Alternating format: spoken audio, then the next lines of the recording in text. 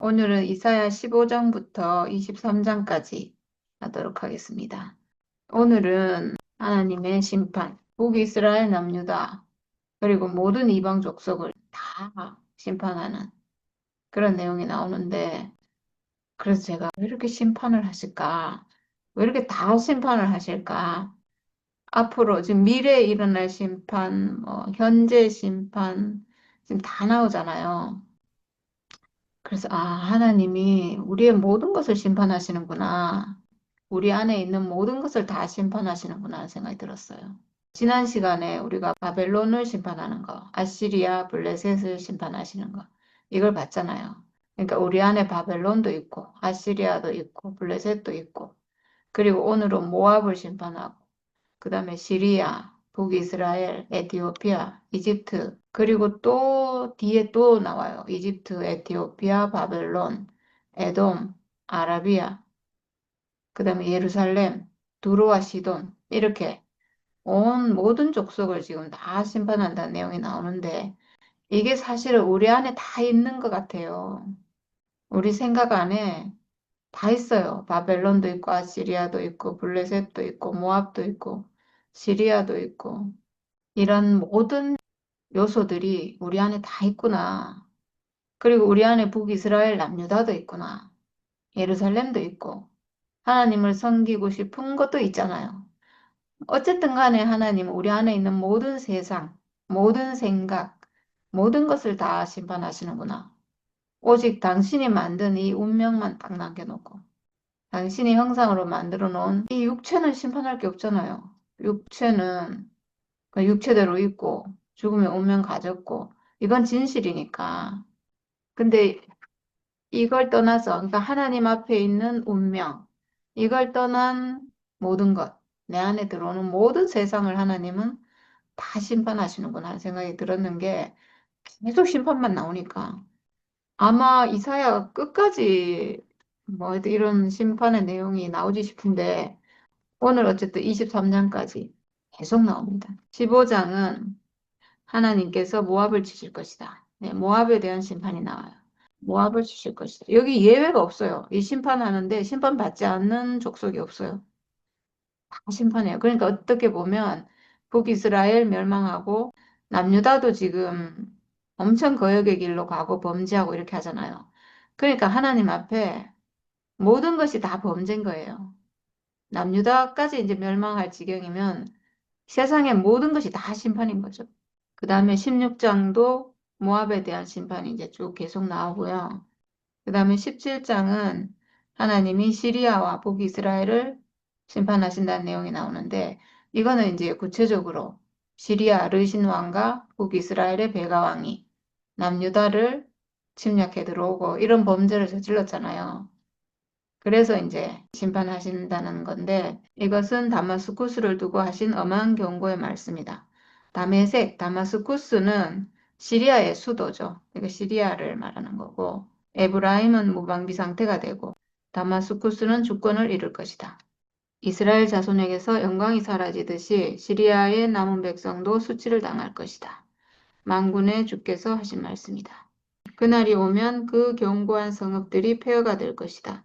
마치 이스라엘 자손 앞에서 도망친 히위족과 아모리족의 성읍들처럼 황폐하게 될 것이다. 이스라엘아, 내가 하나님 너의 구원자를 잊어버리고 내가 피할 견고한 반석을 기억하지 않고 이방신을 섬기려고 이방의 묘목으로 신성한 동산을 만들었구나. 하나님을 떠났고 그리고 세상을 섬겼다는 거죠. 우리가 하나님 앞에 있으면 내가 생각으로 사실 힘들 일이 없는데 하나님 앞에 있으면 하나님만 의지하면 이게 그냥 말이 아니고 실제로 우리가 막 생각으로 힘들 수 있잖아요. 어떤 생각이 들어올 수도 있고 막 이런데 이게 생각으로 힘든 게 사실은 하나님을 의지하는 게 아니고 나를 의지하는 거예요. 내 생각을 의지하는 거잖아요. 어떤 막 잡념이 생긴다.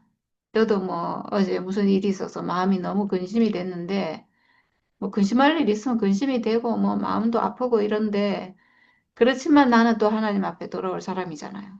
내가 거기에 빠져 있을 사람이 아니고 그걸 내가 괴로워한다고 그 일이 해결되는 것도 아닌데 또 어쩔 수 없이 그런 마음을 가질 수밖에 없는데 근데 거기에 빠져 있다면 내가 하나님을 떠난 거예요. 나는 하나님만 의지해야 될 사람이지 그 내 생각을 의지하고 그걸 따라갈 사람이 아닌 거죠.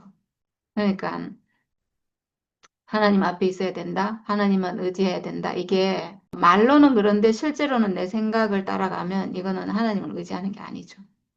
네, 근데 이러기가 정말 쉬운 거예요. 우리가 성경의 구약의 역사를 보면서 왕들이 왜 이렇게 말을 안 듣고 왜 이렇게 하나님을 따르지 않고 왜 이렇게 자기 멋대로 하는가 막 이렇게 하는데 실제로 우리가 살아보면 하나님만 따르고 이렇게 하는 게 이게 쉬운 게 아니에요. 정말 하나님 앞에서 오직 하나님 뜻만 이루어지기를 바라고 그 생각으로는 그렇게 할 수 있어요. 하나님 뜻만 이루어지길 바랍니다. 이렇게 할 수 있는데 실제 내 삶에서 내가 내 생각을 의지하지 않고 아, 하나님이 모든 것을 하신다. 나는 정말 하나님을 믿고 내가 그 안식 안에 거하고 아무 걱정 근심 없고 이렇게 하기가 쉽지 않아요. 왜냐하면 내 생각이라는 게 있어서. 사람은 자꾸 내 생각을 따라가거든요. 근데 이 내 생각을 따라가는 게 자칫하면 이 사탄의 속임수에 끌려갈 수가 있거든요. 그렇게 돼요. 어떤 정당한 내 생각일지라도. 네, 저는 어제 사실은 우리 아들이 몸이 좀 안 좋다는 얘기를 들었는데, 아, 진짜 막 가슴이 철렁 내려앉고 너무 하여튼 마음이 심란했는데, 그것조차도 그 생각에 내가 오래, 그거는 뭐 너무나 정상적인 거잖아요. 엄마가 걱정하고 이런 거는 너무나 당연한 건데, 근데 그것조차도 까딱하면 이게 어떤 생각에 내가 빠져버리면 그것 때문에 내가 막 너무 걱정하고 근심하고 내 안식이 깨지고 뭐 하나님을 잊어버리고 이러면 그것도 속을 수 있어요. 거기도. 그게 어떤 정상적인 생각 같은데 사탄의 속임수에 넘어갈 수가 있어요. 왜냐하면 내가 그 걱정 근심한다고 이 문제가 해결되는 게 아니거든요. 이 문제는 내가 그냥 어떻게 도와주고 해결하고 이렇게 하면 되는 건데 괜히 생각으로 막 너무 괴로워한다면 또 나를 하나님 앞에서 떠나게 하는 그런 일이 되거든요. 그래서 우리 안에 이렇게 많은 이방 족속이 있구나 하는 생각이 들었어요. 이렇게 많은 좋은 것으로든 나쁜 것으로든 너무나 많은 잡다한 민족이 내 안에 들어올 수가 있고 그런 모든 이방 족속을 하나님이 심판하시는구나. 그거는 안 된다 하시는구나. 너는 오직 내 앞에 있어라. 하나님 앞에 있으면서 또 다른 거 다 할 수 있어요. 뭐 자식도 사랑하고 돌보고 다 가능한데 그것 때문에 거기에 끌려가 버리면 안 되는 거죠. 이렇게 하나님을 따른다는 게 정말 전적으로 하나님만 믿고 의지하고 오직 하나님 뜻 이루어지기를 그것만 소원하고 내가 그 앞에 있어야 되는 사람인데 그렇지 않기가 너무 쉬운 거예요, 사람이. 어떤 생각이든 잡혀가기가 너무 쉬운 거예요. 그래서 여기 이스라엘은 정말 하나님 백성이잖아요. 우리에게 하는 말인 거죠. 내가 하나님 너의 구원자를 잊어버리고 내가 피할 견고한 반석을 기억하지 않고 이방신을 섬긴다. 이렇게 하잖아요. 우리가 세상을 따라간다면 그것도 이방신을 섬기는 거죠. 나무를 심는 그날로 내가 울타리를 두르고 그 다음날 아침에 내가 심은 씨에서 싹이 났다 하여도 내가 그것을 거두어 들일 무렵에는 흉작이 되어 너의 슬픔이 클 것이다. 이렇게 했어요. 네. 정말 열심히 키웠는데, 열심히 물 주고 이렇게 했는데, 마지막 열매 추수할 때는 열매가 없다는 거잖아요. 저는 이 구절 보면서 정말 우리 교회 생각이 많이 났어요. 우리 교회가 꽃이 필 때는 정말 화려했거든요.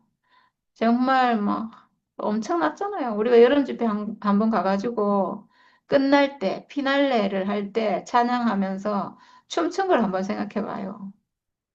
정말 어마어마했잖아요. 진짜 완전 무슨 마약에 취한 사람들처럼 미쳐가지고 날뛰고 막 춤추고 막 황홀경에 빠져가고 그렇게 했는데 그렇게 좋았다는 거예요. 꽃이 폈을 때 그렇게 화려하고 좋았는데 막상 열매가 열릴 때 가가지고 서리가 내려버린 거예요. 그 흉작이 돼버렸죠. 그래도 열매 조금은 달렸지만 그 다음에 18장인데 18장은 에티오피아를 벌하실 것이다. 네, 에티오피아는 구약 성경에는 구스라고 나오고요. 북아프리카죠. 북아프리카. 지금 에티오피아 거긴데 이 에티오피아도 벌하실 것이다. 이랬는데 갑자기 에티오피아가 생전 안 나오다가 지금 나오거든요. 그 아수르가 막 이렇게 침략을 해올 때 에티오피아하고 이집트하고 동맹을 맺어요. 그 대항하려고. 그래서 유다에도 동맹을 맺자 막 이렇게 하고 그런 것 그러니까 히스기야 시대죠. 그때가 아수르가 막 내려오 침략해서 내려오고 막 이럴 때 그때 그걸 보고 하나님이 이제 이렇게 경고의 말씀을 하시는 건데 안 된다 이렇게 하는 거죠. 그렇게 동맹해가지고 될 문제가 아니다. 인간적인 방법으로 이게 해결할 수 있는 게 아니다. 하나님의 심판이니까 이건 오직 하나님께 의지해야 된다. 이런 거죠. 그 다음에 19장은 이집트를 벌하실 것이다. 이렇게 나오는데 내가 이집트 사람을 부추겨서 서로 맞서 싸우게 하겠다. 형제와 형제가, 이웃과 이웃이, 성읍과 성읍이, 왕권과 왕권이 서로 싸우게 하겠다. 이렇게 했는데 이집트는 항상 남방으로 내려갔다. 이러면 이집트로 간 거잖아요. 그래서 이집트는 세상을 상징하거든요. 우리가 좋아하는 세상, 세상의 어떤 영화, 세상의 어떤 권력, 돈, 명예, 뭐 이런 거. 그러니까 사람이 좋아하는 거죠, 이집트가. 그래서 항상 사람을 유혹하고 있고, 그러니까 항상 가난해지면 이집트로 내려가잖아요. 근데 이제 여기 오늘 보면 이 예언의 말씀이 쭉 나오는데 지금 막 서로 싸우게 하겠다 이런 게 나왔잖아요. 그 다음에 내가 이집트를 잔인한 군주의 손에 넘길 것이니 폭군이 그들을 다스릴 것이다. 나일강이 마를 것이다. 강바닥이 바싹 마를 것이다. 나일 강가와 어기와 풀밭가, 강변에 심은 모든 나무가 말라서 바람에 날려 사라지고 말 것이다. 이렇게 나오는데 나중에 이집트가 아수르의 침략을 받고 그다음에 바벨론의 침략을 받고 그리고 페르시아의 침략을 받고 그리고 나중에는 알렉산더 대왕이 이제 정복하고 결국은 나중에 로마의 지배를 받고 이런 과정을 겪으면서 여기에 지금 나온 모든 예언의 말씀이 다 이루어진대요. 14장에 보면요. 주께서 친히 그들에게 마음을 혼란시키는 영을 부으셔서 그들이 이집트를 잘못 다스리게 하셨다. 그래서 마치 취한 자가 토하면서 비틀거리듯 이집트를 그 꼴로 만들었다. 이렇게 했는데 이때가 굉장히 어떤 정치적으로 혼란하고 내부에는 분열이 있고 아까 막 형제가 형제를 나라가 나라를 막 서로 싸우게 하겠다 이랬잖아요. 그러니까 어떤 막 내부에 분열이 있어서 서로 싸우고 이런 건데 이렇게 하면서 처음에는 아수르를 대항하기 위해서 유다와 동맹을 맺고, 근데 또 유다와 동맹을 맺어놓고는 자기들이 불리하니까 이 동맹을 파기하고 유다를 배신하고, 이렇게 술 취한 사람처럼 막 왔다 갔다 했다는 거예요. 근데 나중에는 이집트 사람이 주께 경배할 것이다. 그날이 오면 이집트 사람이 마치 겁 많은 여인처럼 되어 만군의 주께서 그들 위에 팔을 펴서 휘두르시며 심판하는 것을 보고서 두려워하며 떨 것이다. 이집트 사람은 유다 땅을 무서워할 것이다. 이렇게 나오고 18절에 가면 그날이 오면 이집트 땅의 다섯 성읍에서는 사람들이 가나안 말을 하며 만군의 주만을 섬기기로 충성을 맹세할 것이다. 그 다섯 성읍 가운데서 한 성읍은 멸망의 성읍이라고 불릴 것이다. 이 멸망의 성읍이라는 말이 태양의 성읍 이런 뜻도 있대요. 그날이 오면 이집트 땅 한가운데 주를 섬기는 제단 하나가 세워지겠고 이집트 국경지대에는 주께 바치는 돌기둥 하나가 세워질 것이다. 이 제단과 이 돌기둥이 만군의 주께서 이집트 땅에 계시다는 징표와 증거가 될 것이다. 그래서 그곳 백성이 압박을 받을 때 주께 부르짖어서 살려주실 것을 간구하면 주께서 한 구원자를 보내시고 억압하는 자들과 싸우게 하셔서 백성을 구원하실 것이다. 우리가 뭐 이집트 역사를 잘 모르니까 뭐 실제로 이런 일이 있었나 잘 알 수가 없는데 이게 어쨌든 나중에는요, 알렉산더가 정복을 하고 이렇게 되면서 알렉산더 대왕이 헬레니즘 문화를 전파했잖아요. 그래서 헬레니즘 시대와 로마 시대에 이집트에 유대인 공동체가 형성되고 그리고 알렉산더 대왕이 나라를 정복하잖아요. 뭐 그쪽 다 정복했잖아요, 그때. 그렇게 해서 가면 알렉산드리아라고 하는 도시를 건설하고 이렇게 했는데 그 알렉산드리아에 유대인 회당이 세워졌다고 이렇게 하거든요. 그래서 이 예언이 그렇게 성취됐다고 이렇게 해석을 하는 것 같아요. 그때 가서는 이 이집트 안에 유대인 공동체가 생기고 회당도 생기고 이제 이렇게 했다는 건데 그게 맞는 건지는 잘 모르겠어요. 그리고 23절에 그날이 오면 이집트에서 아시리아로 통하는 큰 길이 생겨 아시리아 사람은 이집트로 가고 이집트 사람은 아시리아로 갈 것이며 이집트 사람이 아시리아 사람과 함께 주님을 경배할 것이다. 그날이 오면 이스라엘과 이집트와 아시리아 이 세 나라가 이 세상 모든 나라에 복을 주게 될 것이다. 만군의 주께서 이 세 나라에 복을 주며 이르시기를 나의 백성 이집트야 나의 손으로 지은 아시리아야 나의 소유 이스라엘아 복을 받아라 하실 것이다. 이렇게 했는데 아, 정말 이런 일이 있었나 싶잖아요. 이런 일이 진짜 있겠나 싶고, 아직까지는 아니지 않나 모르겠는데, 이집트하고 아시리아는 항상 원수지간이었어요. 항상 전쟁하고, 이렇게 내 사이가 좋았던 적이 없었지 싶어요. 그리고 아시리아는 멸망하고 이렇게 했는데, 이거는 그냥 예수를 통해서 성취되는 일이죠. 역사적으로는 성취됐는지 모르겠어요. 역사적으로는. 근데 예수 안에서 완전히 이렇게 성취가 되죠. 예수 안에서 모두가 하나 되고 예수 안에서는 나의 백성 이집트야. 나의 손으로 지은 아시리아야. 나의 소유 이스라엘아. 이렇게 되죠. 복을 받아라. 이렇게 되잖아요. 그러니까 그리스도 안에서 완전히 성취될 그런 일을 예언하고 있는가 하는 생각이 들어요. 그다음에 20장입니다. 20장에 이제 아까 언니가 말씀하신 그 내용이 나오는데 이집트랑 에티오피아를 심판하는 내용인데요. 2절에 하나님이 아모스의 아들 이사야를 시켜서 말씀하셨는데 허리에 두른 베옷을 벗고 발에서 신을 벗으라고 하셨다. 그래서 이사야는 말씀대로 옷을 벗고 맨발로 다녔다. 그때 주께서 말씀하셨다. 나의 종 이사야가 3년 동안 벗은 몸과 맨발로 다니면서 이집트와 에티오피아에게 표징과 징조가 된 것처럼 아시리아 왕이 이집트에서 잡은 포로와 에티오피아에서 잡은 포로를 젊은이나 늙은이 할 것 없이 모두 벗은 몸과 맨발로 끌고 갈 것이니 이집트 사람이 수치스럽게도 그들의 엉덩이까지 드러낸 채로 끌려갈 것이다. 좀 전에 나왔어요. 에티오피아를 심판할 것이다. 이 내용 나왔잖아요. 그때 이집트하고 에티오피아가 동맹을 맺었다 했죠. 힘을 합쳐가지고 아시리아에 대항하자. 이렇게 했는데 결국 하나님이 그게 안 될 것이다. 그렇게 해가지고 안 된다. 이렇게 했는데 지금 여기서 구체적으로 이 이집트하고 에티오피아를 심판하는 내용이 이렇게 나오는 거예요. 그 다음에 21장. 21장은 바벨론 멸망에 관한 환상을 보고 말하는 내용이 나오거든요. 제일 앞에 바벨론을 심판할 것이다. 이 내용 나왔잖아요.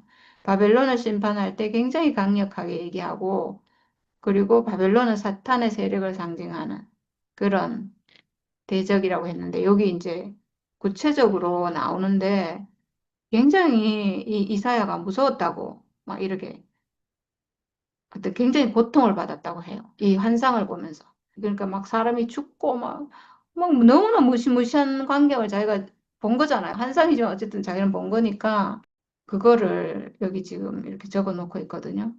이것은 해변 광야를 두고 하신 엄한 경고의 말씀이다. 해변 광야가 바빌론을 말하는데 거기가 지금 원래는 아수르 거기 있었는데 아수르를 정복했잖아요, 바빌론이. 그래서 거기인데 유프라테스 강, 티그리스 강이에요, 해변이. 거기를 말하는 건데 해변 광야를 두고 하신 엄한 경고의 말씀이다. 남쪽 광야에서 불어오는 해오리 바람처럼 침략자가 광야에서 쳐들어온다. 저 무서운 땅에서 몰아쳐온다. 여기 이제 침략자는 페르시아를 말하죠. 메데 바사, 페르시아. 나는 끔찍한 계시를 보았다. 배신하는 자가 배신하고 파괴하는 자가 파괴한다. 엘라마 공격하여라. 메데아 에워싸거라. 내가 바빌론의 행포를 그치게 하고 억압받는 사람들의 탄식 소리를 그치게 하겠다. 네, 이제 포로를 돌려보내다는 얘기죠. 그러나 나는 허리가 끊어지는 것처럼 아팠다. 아기를 낳는 산모의 고통이 이런 것일까? 온몸이 견딜 수 없이 아팠다.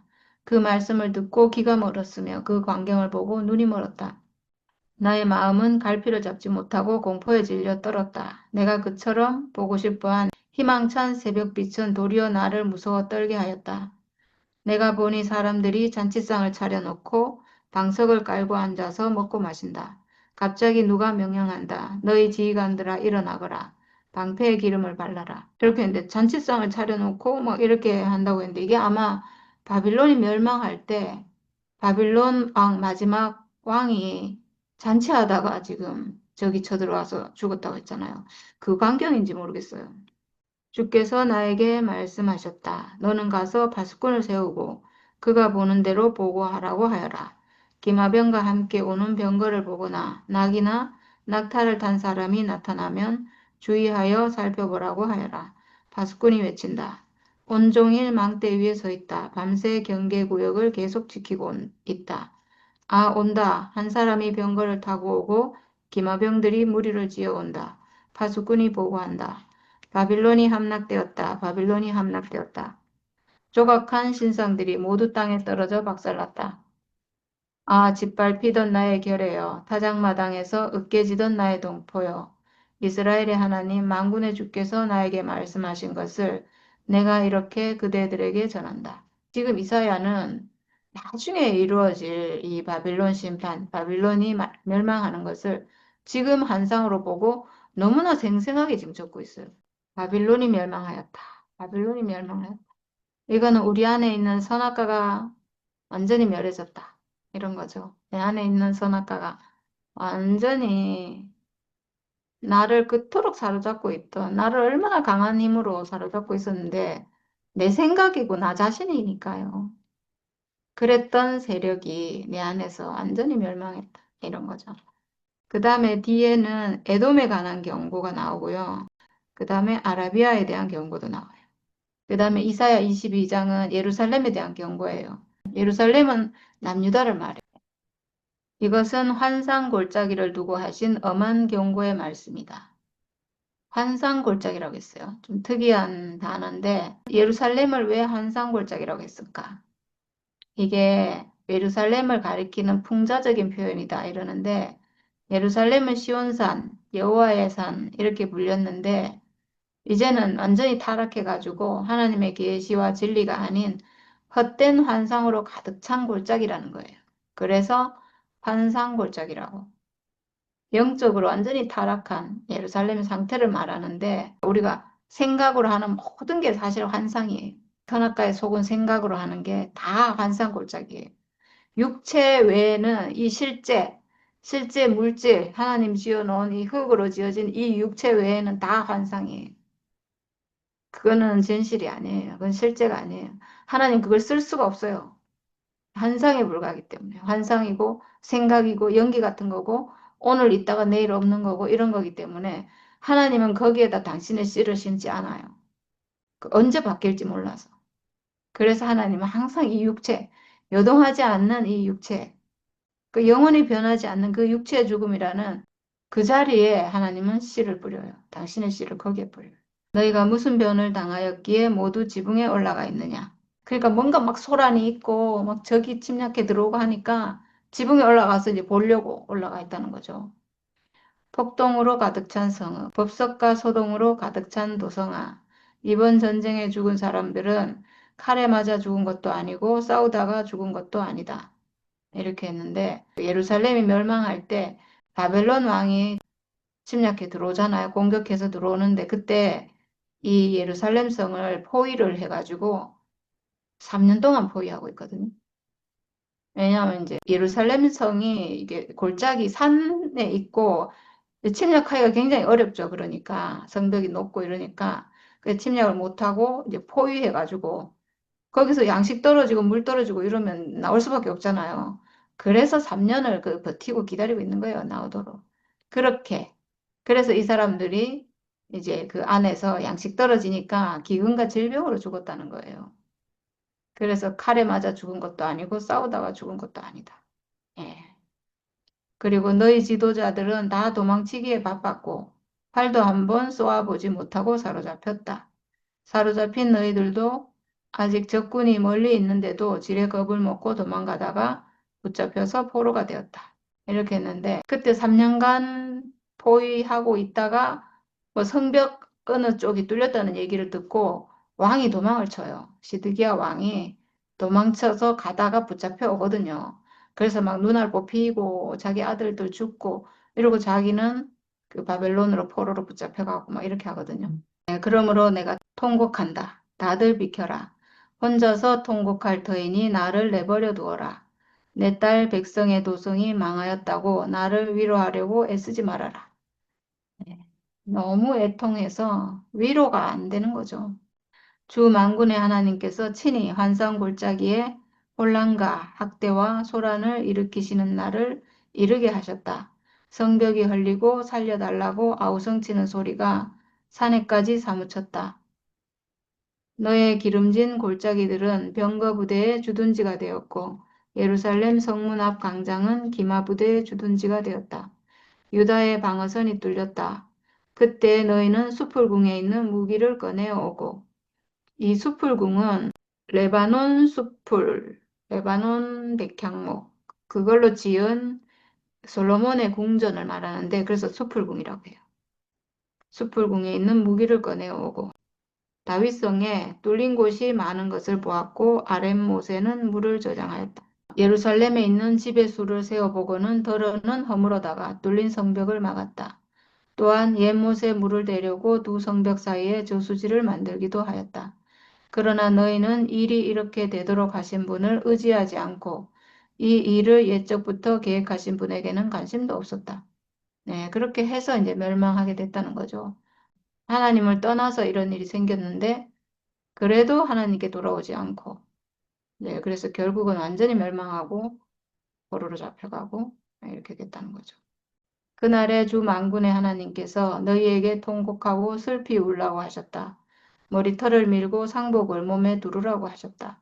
그런데 너희가 어떻게 하였느냐? 너희는 오히려 흥청망청 소를 잡고 양을 잡고 고기를 먹고 포도주를 마시며 내일 죽을 것이니 오늘 먹고 마시자 하였다. 이렇게 했다는 거죠. 이럴 수 있어요. 이거는 뭐 어차피 죽을 거니까 그냥 완전 극단적인 쾌락주의, 허무주의 이런 거죠. 우리도 이러기가 참 쉬워요. 허무주의에 빠져가지고 차라리 죽자. 차라리 죽었으면 좋겠다. 막. 우리도 그랬잖아요. 네. 하나님께 돌아가는 게 아니고 나에게 어떤 고난이 오면 아, 내가 하나님을 떠나서 그렇구나. 하나님께 돌아가야 되겠구나. 이렇게 생각해야 되는데 그게 아니고 아유, 차라리 죽는 게 낫겠다. 맨날 그랬잖아요. 그래서 만군의 주께서 나의 귀에 대고 말씀하셨다. 이 죄는 너희가 죽기까지 용서받지 못한다. 아, 이렇게 무서운 조주의 말씀을 하셨네요.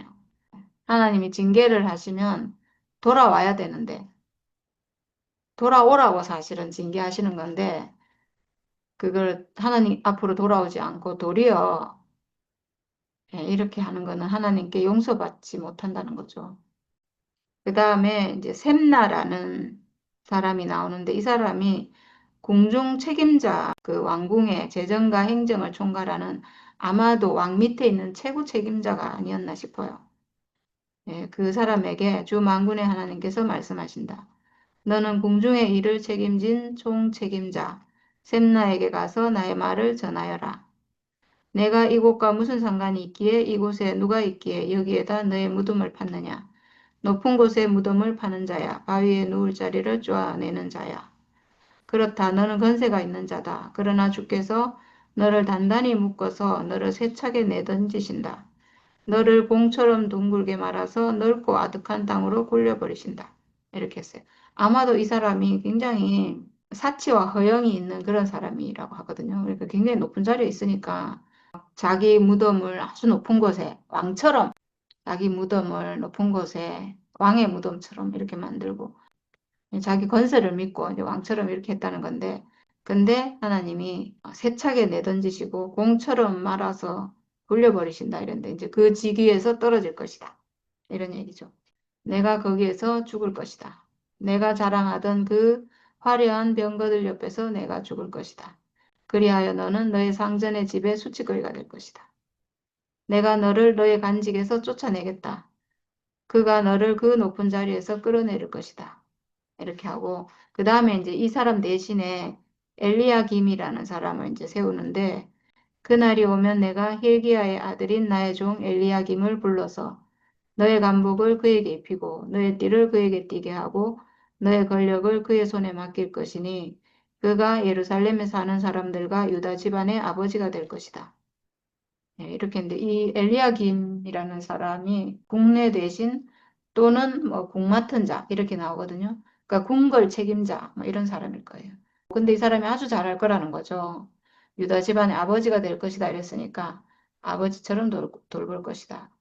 그리고 내가 또 다윗 집의 열쇠를 그의 어깨에 둘 것이니 그가 열면 닫을 자가 없고 그가 닫으면 열 자가 없을 것이다. 네, 이렇게 유명한 말씀이 여기 나오네요. 다윗 집에 열쇠를 줄 것이고 열면 닫을 자가 없고 닫으면 열 자가 없을 것이다. 이 말씀은 그리스도를 말할 때 이렇게 표현하는데 이 사람을 지금 그렇게 말하고 있어요.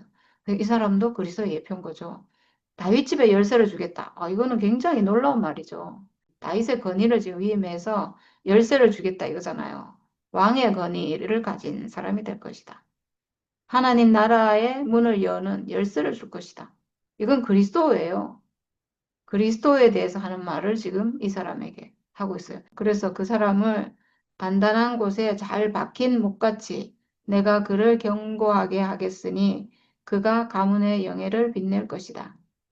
그의 가문의 영광이 그에게 걸릴 것이다.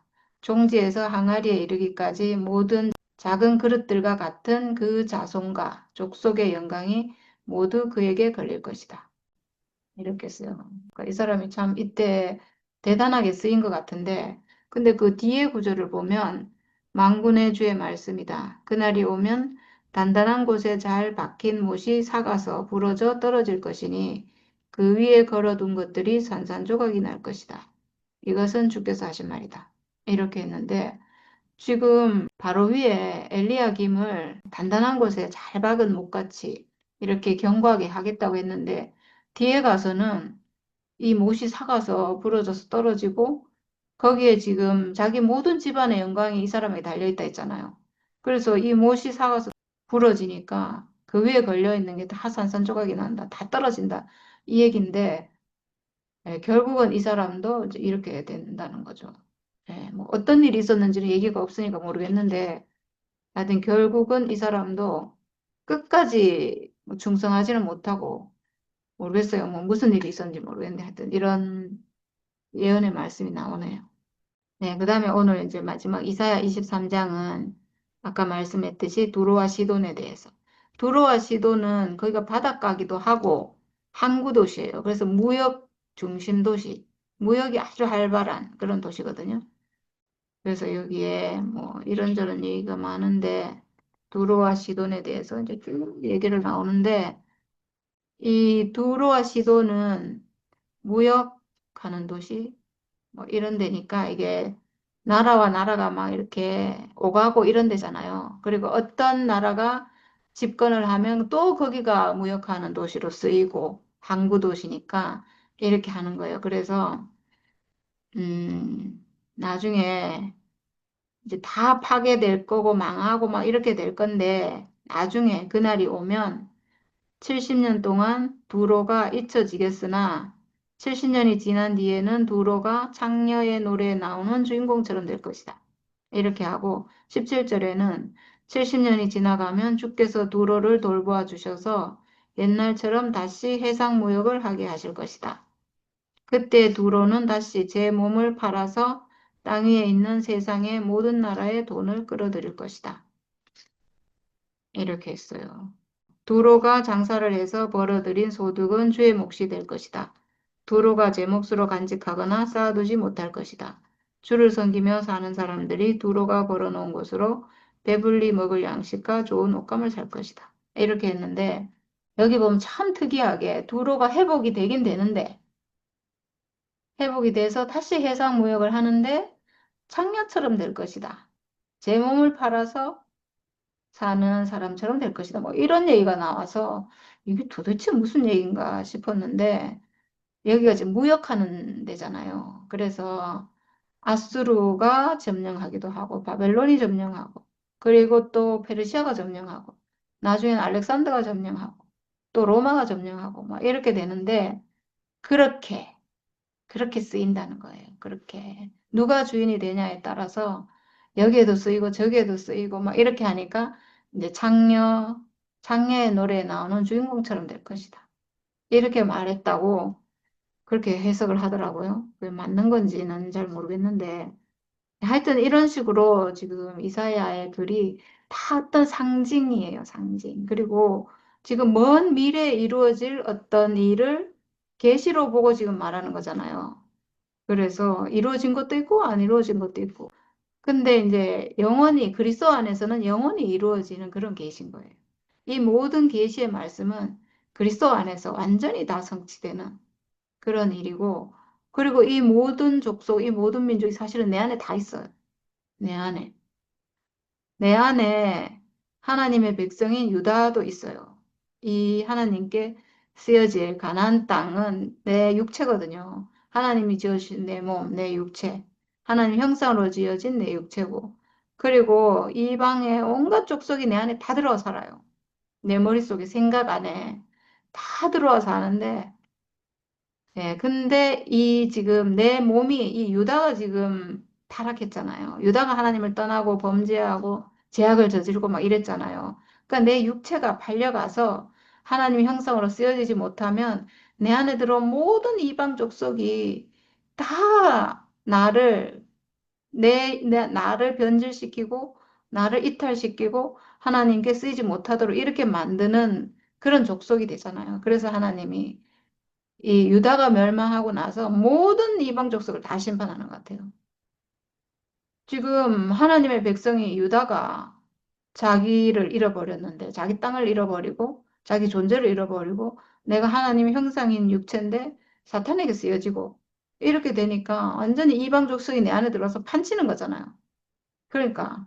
그래서 하나님이 유다를 지금 멸망시키고 포로로 잡혀가고, 이렇게 하는 판국이니까 모든 이방 족속이 지금 다 심판받고, 다 멸망하고 다 고난을 받고 지금 이렇게 하는 거죠. 내가 하나님께 쓰이는 몸이 아닌 사탄에게 쓰이는 몸이 되면 나를 지배하고 있는 모든 생각이 다 나를 괴롭혀서 엄청나게 고통을 겪게 하잖아요.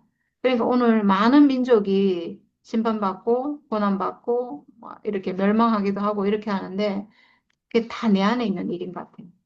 내 생각 속에서, 내 머릿속에서 일어나는, 나라는 한 우주 안에서 일어나는 모든 일을 지금 이렇게 얘기하고 있고, 그리고 하나님 백성인 이 유다가 멸망하니까 모든 민족이 심판받는, 내 안에 있는 모든 생각이 심판받아서 저주와 고통과 절망으로 빠지는 그런 얘기를 하는 게 아닌가, 그런 것 같아요. 그러면 이 하나님의 심판이 지금 현재 내 안에 있는 나를 향한 사람을 심판하시는 그런 일이 되는 거죠. 그러니까 옛날 얘기가 아니고 지금 오늘 현재 실제 얘기예요.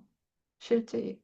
실제 내가 위치를 빗나가기만 하면 하나님 앞에 있는 그 운명에서 내가 조금만 빗나가기만 하면 바로 하나님의 심판이 나에게 임하는 거죠. 내 머릿속에서 바로 즉시 복잡해지잖아요. 복잡해지고 문제 생기고 막 고통 가운데 빠지고 인생은 절망이 되고 이렇게 하나님의 저주가 임하게 되잖아요. 네, 그런 심판이 아닌가 하는 생각이 제가 오늘 이 9장의 얘기를 하면서 들었어요. 하나님 모든 것을 심판하시는구나. 당신이 쓰시는 당신의 형상, 당신의 육체, 당신이 지은 이 창조물 외에 다른 모든 것을 그 창조물이 이탈했으니까 하나님 모든 걸 다 심판하시는 거죠. 그래서 하나님은 영원히 우리를 예수의 십자가 안으로 부르시는 것 같아요. 예수의 십자가 그 안, 예수의 십자가 죽음의 운명 안에 있는 그 자리만 하나님 심판이 없어요. 그 자리만 유일하게 거기는 딱 하나님과 연합하는 자리이기 때문에 하나님은 그 자리로 돌아오라고 우리를 부르시는 거예요. 그래서 그 자리에서 딱 빗나가면 하나님이 어떤 이런 심판을 하시면서 징계를 하시고 돌아오도록 하기 위한 거죠. 징계를 하시는 목적은 돌아오도록. 그러니까 이스라엘은 징계고요. 징계, 돌아오도록 하기 위한 하나님의 징계인 거예요. 근데 다른 이방 족속은 심판이죠. 심판이고 저주고 멸망이고 이렇게 하는 거예요. 왜냐하면 내 안에 있는 이 내 육체는 하나님 앞으로 돌아와야 되고 십자가 안으로 돌아가야 되고 내 육체는 십자가로 돌아갈 수 있잖아요. 육체의 죽음이니까 죽음의 운명 가진 나 자신으로 내가 십자가로 돌아갈 수 있어요. 근데 이 생각은 돌아갈 수가 없어요. 생각은 십자가로 갈 수가 없거든요. 생각은 죽지 않기 때문에 그래서 이 유다 민족은 징계를 해서 포로로 붙잡혀 가게 하지만 결국은 나중에 돌아오고 하나님의 백성으로 돌아오고 결국은 십자가 안으로 우리가 회복이 되고 내 몸은 육체의 죽음을 가졌기 때문에 십자가로 돌아갈 수가 있어요. 하나님 앞으로 돌아갈 수가 있어요. 근데 나를 차지하고 있는 이 이방 족속, 내 머릿속에서 생각을 지배하고 있는 이 수많은 이방 족속은 하나님의 심판을 받고 멸망하고 완전히 진멸되고 이렇게 돼야 되는 거죠. 네, 이렇게 하나님이 영원히 사람을 이렇게 부르시고 있는 겁니다. 십자가 안으로 돌아오라. 네, 영원히 우리에게 밝은 빛으로 십자가를 우리에게 주셔서 우리가 돌아갈 수 있는 곳을 등대같이 우리 앞에 십자가를 주신 하나님이 정말 너무 감사합니다. 네, 오늘 말씀은 여기서 마치겠습니다.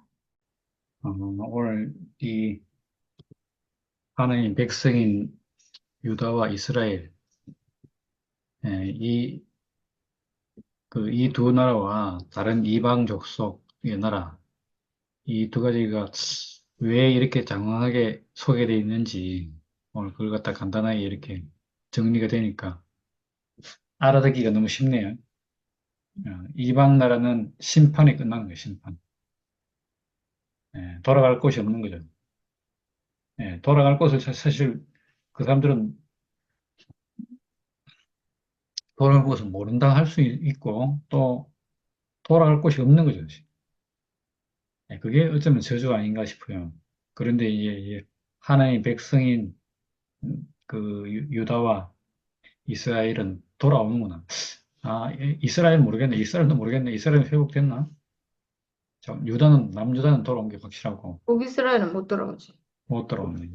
그래서 야, 그 돌아오지 못하는 그 차이가 멸, 어, 징계를 하지만은 심판을 하지만은 거기서 회복될 수 있는 거.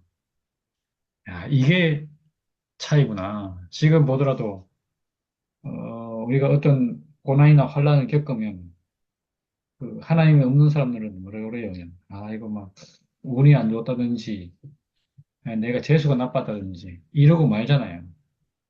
이 사람들이 모든 원인이 하나님 때문에 있는 일이 아니다. 하나님과 연관시키지 못하니까 그러고 마는데, 이 하나님 믿는 백성은 하나님께로 돌아온다. 오늘 그 얘기를 갖다 이렇게 딱 깊이 하는 거 들으면서, 아, 그게 차이구나. 하나님을 믿는 사람들은 어떤 일이 생기고 나면 반드시 그 고통 속에 있더라도, 이 심판을 통해서, 어디, 부활 생명으로, 다른 생명으로 하나님 앞으로 이제 이끌려오는, 하나님 앞으로 돌아오는, 회복될 수 있는 길이 있고, 이방 사람들은 회복을 모르잖아요. 사람이 원래 지어진 자리를 모르기 때문에 이 사람들에게는 돌아올 곳이 없는 거죠. 오늘 그 차이를 갖다 이렇게 다 보면서 참 신기하네. 왜 이렇게 이사야가 이런 나라를 얘기했는가? 야, 이방 족속을 보니까 뭐 말 그대로 심판이니까 심판받고 멸망받고 끝이죠. 야, 그렇게 딱 구별하는 거 들으니까 참 신기하네. 야, 우리가 하나님 백성이란 이유가 하나님을 알고 우리 인생에 하나님을 이렇게 적용해서 하나님께 쓰이기 위한 육체, 인생, 이걸 우리가 알고 나니까, 야, 하나님께 쓰이면 된다. 또 하나님께 쓰이는 자리가 어딘가를 우리가 심판받으면서 아는 거죠. 왜 우리가 심판을 받고 징계를 받는가? 그것은 내가 사람의 위치를 떠났기 때문이다. 오늘 그렇게 이해를 하니까 얼마나 우리가 이렇게, 모든 문제는 다 우리가 위치를 벗어나서 생긴 문제구나. 내 육체가 지금 하나님 형상으로 쓰이는 게 아니고 사탄의 형상으로 쓰여서 문제였구나. 이렇게 이제 예, 알 수 있게 된 거잖아요. 그래서 그 히스기야 왕이 밀가망한테 이사야가 하나님께 구하십시오, 하나님께 구하십시오 막 이렇게 말을 하는데도 불구하고 이 왕은 나는 구하지 않겠다. 하나님이라도 이런 상황에 있으면 어떻게 할 수 없다. 이렇게 자기 생각대로 밀고 나가는 거잖아요. 예, 그러니까 이 사람에게는 구원이 없죠. 야, 그런데 이 하나님 백성은 예, 하나님께 하나님 살려주십시오. 하나님 이렇게 하나님께 딱 그렇게 울부짖음으로 통해서 다시 회복될 길도 있고 또 일이 잘 풀릴 수도 있고 뭐, 이런 일이 이루어지는 거잖아요. 그런데 그 이방적 속은 이런 일이 있어도 그냥 뭐 운 좋았다 뭐 어떻다고 자기 생각으로 해석하고 만다는 거죠.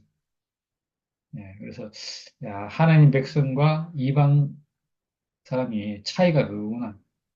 야, 사람은 누구든지 육체의 죽음 자리로 회복될 수 있는 길이 있는데 그래서 어떤 사람도 죽음이 있어서 죽음 앞에서 다 인생의 위치 안으로 회복되는데 이 생각에 갇혀 있고 뭐라 합니까 이게 천사 선악과에 사로잡힌 사람들은 돌아올 길이 없는 거죠. 천사에게는 죽음이 없기 때문에 뭐도 없습니까? 부활도 없잖아요. 야, 그게 영원한 저주 가운데 빠질 수밖에 없구나. 이런 것까지 오늘 이 말씀드리면서 해석이 되고, 야, 수많은 민족들이 다, 이방 민족들이 다 내 생각 속에 있구나. 오늘 그 얘기를 여러 번 했는데, 내 머리 안에 있으니까, 그 사람의 어떠함, 그 나라의 어떠함이 다, 이 사람의, 선악과 먹은 사람의 어떠함을 다 표현하는 거예요. 그래서 이방 민족들이 그렇게 많은데, 그 중에는 어떤, 이렇게 정복하는 그런 힘 있는 그 이방 족속도 있고, 또 뭐, 이 이스라엘 통해서, 이스라엘 비롯한 이런 많은 족속들은 또 약해서, 정복당하는, 그래서 고통 가운데 있는, 그렇지만 또 이렇게 보니까 아수르 같은 경우도 결국은 더 강자에게 당하고, 그 강자는 또 다른 강자에게 당하고, 이렇게 이제 회복되는 거잖아요.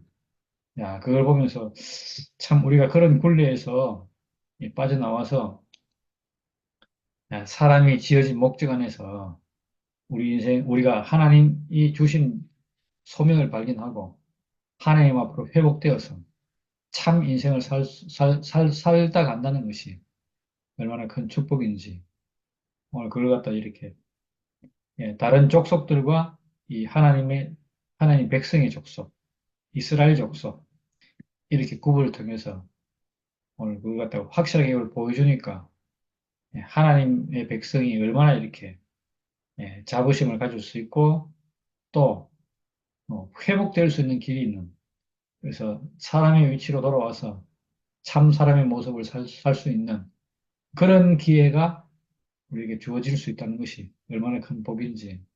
뭐 옛날 같으면 진짜 육체가 죽어가면서 알았을 건데 우리는 육체가 이렇게 생생하게 살아있을 때 이 하나님 백성으로 회복되는 길을 알아서 우리에게 있는 축복을 매일 이렇게 찬양하면서 살 수 있다는 것이 너무 큰 복으로 알아집니다. 감사합니다. 택함 받았다는 아, 거와 하나님 백성이라는 거 뭐가 달라? 예. 성경에는 택함이 있고 청함이 있잖아. 음, 그런데 지금 우리 하나님 백성은 돌아섰더라도 돌아올 곳이 있다. 아까 이렇게 했잖아. 그러면은 그게 택한 백성이란 말인가? 뭐 어떻게 구별을 짓나? 이스라엘은 음. 택함 받은 백성이죠. 우리는 사실은 청함받은 백성은 다 청함 받았죠. 하나님 누구든지. 그렇지. 그 그럼 중에 이제 그러면 택한 거죠. 일단 하나님 백성 가면 그거는 택함 받은 자가. 그렇죠, 그렇죠. 그러면은 택함 받았지만은 뭐 또 눈 돌릴 수도 있고 또 죄를 지을 수도 있으니까 음, 그러나 돌아올 곳이 있다. 이제 이 말이지. 참 그래 어찌 했기나 우리가 참 이렇게 살아도 내가 이렇게 살면서도 하나님 앞에 내가 심판됐으면 나는 심판 받을 수밖에 없는 사람이라 사실은. 그런데 그 그런데 내 살아가면은 아까 순열이도 말했지만은 우리는 항상 그 생각이 내한테서 떠나질 않잖아. 그렇기에 생각을 하든지 안 하든지 하나님밖에 이거는 상당히 어려운 일이라 사실은. 그런데 그러니까 언제나 내가 하나님 함께 있다 하지만은 언제 우리가 세상 살면서 생각에 또 딴 데로 잠시라도 빠지고 이랬지. 그렇죠. 우리가 하나님이 함께 있다가 모든 생각을 내 하는 이것도 세상 사는데 이것도 불가능한 일이 아닌가 하는 생각이 들어. 내가 살면서 보면은 뭐 세상 속 빠지는 잠시라도 빠지는 수가 있지 뭐 없을 수가 있나. 이제 그렇다가도 또 참 또 하나님을 또 생각하게 되고 또 하나님을 의지하게 되고 이것이 인생이다 싶어요. 그런데 이제 이것들 특별하게 순열이처럼 완전히 자기 선악이 멸해지고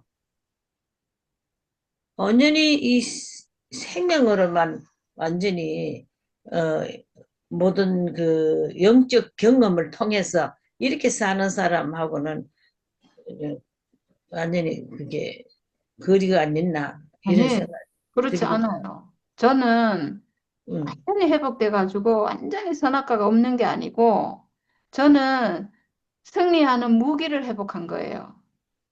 그래, 이기는 거예요. 들어와도 이기는 거예요. 승리자. 그렇게 내가 금방 또 딴 짓을 하고 다르게 잠깐 받더라 해도 내가 금방 십자가 안으로 또 들어올 수 있고 음, 금방 내가 십자가를 기억하고 이래서 이것을 말하자면은 내가 돌아올 곳이 있다. 이제 이렇게 말을 할 수도 있고 그리고 우리는 항상 그 그리스도와 이 운명 안에 한 운명 안에서 살기 때문에 뭐 영은 해봐야 그거야 뭐 장관이지. 그렇게 항상 우리가 이 운명 안에서 우리가 승리할 수 있으니까 우리가 사탄과 싸움을 한다 해도 나의 이 운명으로 모든 것은 승리하게끔 돼 있으니까 사실 뭐 그런 염려할 것이 없는 거죠. 우리가 잠시 장가이라고 뭐 연눈을 봤다 내 그렇죠. 사는 삶에서 또 이제 이렇게 또 이게 잠시 또 빠질 수 나는 그런 얘기가 많지만 나로서는 다 그래요. 그래 살다가도 아이고 참 내가 또 이게 잠시 또 내가 이거 엉뚱한 생각했구나 또 이리 싶어 또 하나님 앞에 돌아오고 음, 이게 이제 이것이 이래 사는 것이 자꾸 이제 이게 그 좁혀지는 거야 말하자면 이게 하나님 간격이 좀 이랬던 것이 점점 자꾸 이렇게 좁혀지셔서 참 나중에는 참 뭐 어떤 틈새가 없을 정도로 우리가 이제 이렇게 온전해진다는 거, 온전한 자리에서 뭐 이쿵저쿵 생각할 것도 없고 그래서 참 그 아까 정수의 말 맞다나 아 자기 모든 그 선악이 완전히 자기가 가짜라는 거, 자기는 사실 아니라는 거 이것이 이제 딱 발견되니까 응? 자기는 뭐 온전히 그 십자가밖에 없다는 소리 아닌가? 십자가밖에. 음, 그러기는 승리자지 말하자면. 그리고 우리가 참 돌아올 곳이 있다는 이것이 참 무한한 축복이네요. 이게 참 아멘. 복된 자리고. 이래서 오늘도 이 말씀 중에도 야, 이 돌아올 곳이 있다. 택함 받았는 자는 항상 돌아올 것이 있구나. 염려할 것이 없구나. 이래 생각해서 무한한 축복으로 여기서 감사를 드립니다. 아멘. 네. 그렇죠. 저랑 언니는 똑같아요. 저는 전혀 특별하지 않아요. 더 못하죠, 사실은. 참. 언니가 저보다 훨씬 나아요. 그냥 음, 단지 하나님이 저를 지금, 저의 어떤 안 되는 거, 가난함, 정말 절망적인 어떤 것 때문에 저를 그냥 지금 이렇게 말씀하는 자로 쓰는 것 뿐이에요. 음. 하여튼 언니는 하나님은 이렇게 하나 나라의 더 기둥으로 말하고 하나님이 아이고, 이렇게 참. 언니는 정말 견고하고 흔들리지 않는 분이거든요. 아이고, 참말로, 내 참. 그러니 아니 언니는 그래요. 말은 언니가 생각은 다른 솔직히 사람 다 견고하구나. 뒤에 내가 견고해. 근데 언니 존재는 너무나 견고해요, 언니가. 완전히 가장 견고해서 내가 이 나라의 기둥으로 처음에 그냥 탁 몰랐는데 세워놓은 그거를 좀 그렇게 이제 갈 때가 얼마 안 남았어 이게 항상 그 몸을 그렇게 도사리는가는 모르지 또. 그런 것도 가난함이에요. 가난한 자가 하나님 나라를 지키잖아요. 언니는 정말 견고한 사람이에요. 아이고 참내 말. 전 진짜 흔들리는 사람이거든요, 제가. 아이고 그러니까 참 이게, 무슨 소리를 말이야 진짜 말이 안 그래요. 되는 소리를 하면 아이고 참말. 그러니까 그게 가난함이 돼서 도리어 하나님이 저를 이렇게 쓰시는 거예요. 이렇게 얼마나 쓰시는 거고, 귀하게 언니는 썼는데. 기둥으로 탁 세워놓고 쓰시고, 우리 형제도 하나님이 이렇게 제 옆에서 함께 동역하도록 이렇게 이 뭐라 그러죠? 동반자, 동역자, 배필 이렇게 하나님이 둘이 연합해서 하나를 이루도록 이렇게 그러게 쓰시는 거예요. 분명하잖아 둘이 하나가 탁 근데 우리 내나. 중에 가장 강건한 분은 언니예요, 사실은. 아이고 예, 아니, 아니다. 그건 진짜라니까. 그 내가 자부할 수 있지 그러면 그러니까 내가 언니가, 자부할 게 아무것도 아니, 없다. 언니라는 사람이 본성적으로 쭉 강건한 분이고, 정말 그런 분이고, 그래요, 언니. 인정하다 그거면 진짜예요. 그치? 인정을 그냥 하는 한다. 말이 아니에요. 진짜 본질 안으로 깊이 들어가면 그렇다는 거예요. 생각은 언니가 나는 모른다, 나는 뭐 확신이 없고 뭐 이렇다, 뭐 이런 말은 그렇게 하지만 언니의 실제는요 늘 이 앞에 있잖아요. 저 같으면요 언니 제가 만약에 뭐가 생각을 헷갈리고 잘 모르겠고 이러면 저는 이 자리에 없다니까요. 아예 전 딴짓하고 있어요. 그렇겠네. 내가 헷갈리면서 있는 사람이지 뭐. 그러니까 언니가 얼마나 강건한 언니는 흔들리는 사람이 아니에요. 그래 뭐. 실제는 흔들리지 않고 이 자리에 딱 있는 어. 거예요. 정말 못 박혀 있듯이. 저는 그래서 언니를 정말 나는 다른 건 다 놔두고 어떤 그런 좀 이렇게 경험이 한 번이라도 있으면 좋겠어.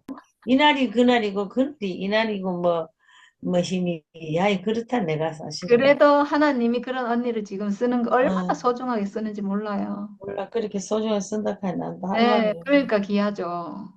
어. 언니 인생이 지금 너무 귀하게 쓰이고 있어요. 정말 없으면 안 되는. 나는 옛날에는 지금이야 경험가는 없어. 그래서 우지 사람이 무슨 좀 변화가 있어야지 이리 늘 그날이 그날이고. 그런 언니를 하나님이 이렇게 귀하게 쓰시니까 진짜 아이고 난 그래서 그런 사람 보면은 참 너무 부럽고 나도 그렇게 참 좀 경험도 하고 그렇게 살아봐야 안 되게 나는 딱 그 마음밖에 없어. 딱 그거뿐이라 보고 하나님이 소원을 들어주실 거예요. 내가 저 저 수녀리 만난 거나 목사님 만난 거나 그거만 신기한 거야. 음, 그 말이 뭐도 왜 그리 또 신기하게 들려갖고 그 사람 따르는 거 야, 그게 나는 신기하다 하는 것뿐이지 우리 다른 언니가 건 그걸 아니고. 알아듣고 이게 생명이 바뀌었다는 이게 천지개벽할 일이잖아요. 이걸 인류 중에 하나잖아요. 그런가. 그래 네가 그까지 내가 아멘 한다 항상. 아, 네. 이 아이고 생명 보는 게 이게 그런 보통이 걸 아니야. 그렇다 하는데 뭐 내가 그 무슨 또 할 말이 있노 할 말이 눈을 뜨고 새 생명에 눈을 뜨고 이걸 보고 이 보통 일 아니잖아요. 교회 그 기라성 같이 그리스도를 그렇게 열심히 따르던 사람들 이거 못 보잖아요. 안 보여가지고 모르잖아요. 그것도 또 이상해 그제 참아 그러니까 그거 참 이상해. 언니가 보이잖아요. 언니는 보고 있잖아요.